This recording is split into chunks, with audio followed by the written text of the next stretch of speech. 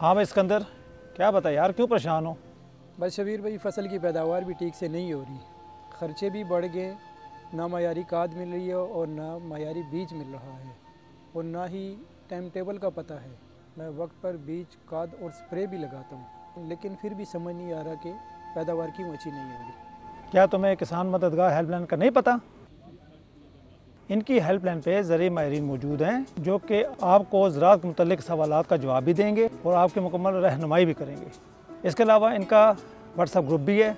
अगर आपको अपनी फसल के मुतल्लिक़ कोई और सवाल भी है तो आप कोई वीडियो या तस्वीर बना के इनके व्हाट्सएप ग्रुप पे भेजें, तो वहाँ पे ज़रिए माहिरीन आपकी मदद करेंगे।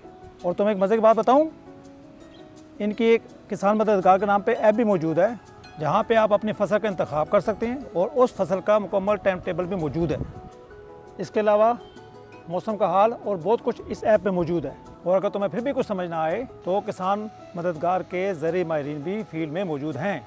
और सबसे मज़े की बात, इनकी किसान दुकान भी मौजूद है जहाँ पे मियारी बीज, खाद, अद्वियात, ज़रिए मशीन, ज़रिए आलात और बहुत कुछ मौजूद है। तो भाई देर किस बात की है, अभी किसान मददगार से रब्ता कायम करो।